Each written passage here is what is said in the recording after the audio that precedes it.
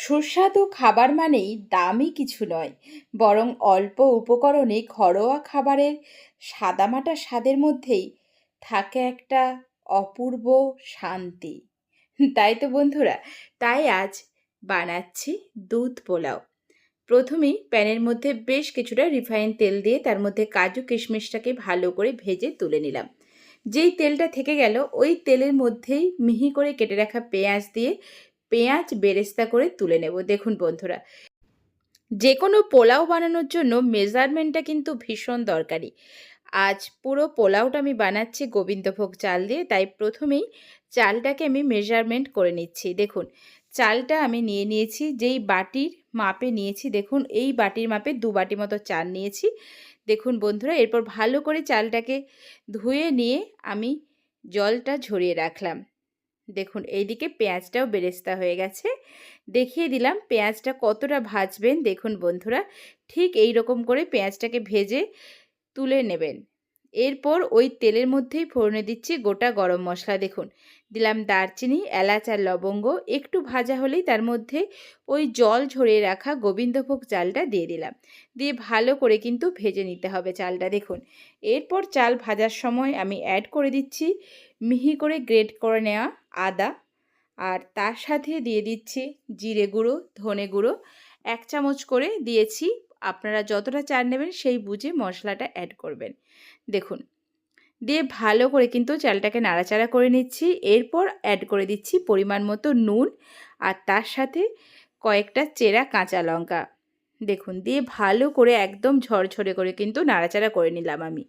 এরপর যে কোনো পোলাওতে জল দিতে হবে। জলটা কিন্তু যতটা চাল নেবেন তার ডবল জল দিতে হবে। আমি কিন্তু কোনো রকম গরম জল ব্যবহার করছি না, একেবারে নর্মাল টেম্পারেচারের জলই ব্যবহার করছি। যতটা পোলাওয়ের চাল নিয়েছিলেন ঠিক তার ডবল আমি জলটা দিচ্ছি। দেখুন জল দিয়ে ভালো করে মিক্সড করে নিয়ে ঢাকা দিয়ে লো টু মিডিয়াম আঁচে 20 থেকে 25 মিনিট রেখে দিন। ব্যাস, তারপর ঢাকা খুলেই দেখবেন চালটা প্রায় 80% সেদ্ধ হয়ে গেছে। এরপর দুধ পোলাও বানাচ্ছি, সেই জন্য 1 বাটি আমুল তাজা দুধ দিয়েছি। আপনারা যে কোনো দুধ ব্যবহার করতে পারেন। 1 বাটি মতো দুধ দিয়েছি।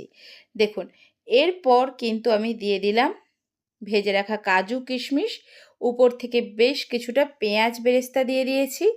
এরপর পরিমাণ মতো নুনটা দিতে হবে, আর ব্যালেন্সের জন্য অবশ্যই অল্প একটু চিনি লাগছে, আর 1 চামচ ঘি অবশ্যই স্বাদের জন্য। ব্যাস ভালো করে মিক্সড করুন সমস্ত কিছু। এরপরে ঢাকা দিয়ে আবার লো আঁচে 10 থেকে 15 মিনিট রেখে দিন। তারপর দেখবেন একেবারে ঝরঝরে দুধ পোলাও একেবারে রেডি বন্ধুরা। এইভাবে যদি বাড়িতে বানিয়ে ফেলতে পারেন পোলাও একবার, তারপর অবশ্যই দেখবেন আর পোলাও খেতে বাইরে যাচ্ছেন না। এই পোলাওটা যে কোনো চিকেন বলুন, মাটন, যে কোনো রেসিপির সাথেই ভীষণ ভালো লাগে।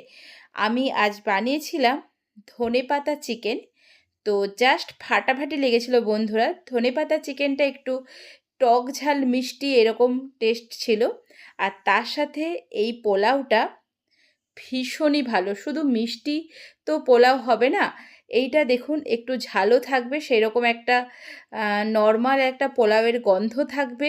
ঘি যেহেতু অ্যাড করছি, আর সেই রকম জাস্ট ফাটাফাটি বন্ধুরা।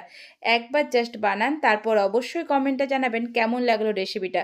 পরের ভিডিওর জন্য সাবস্ক্রাইব করতে ভুলবেন।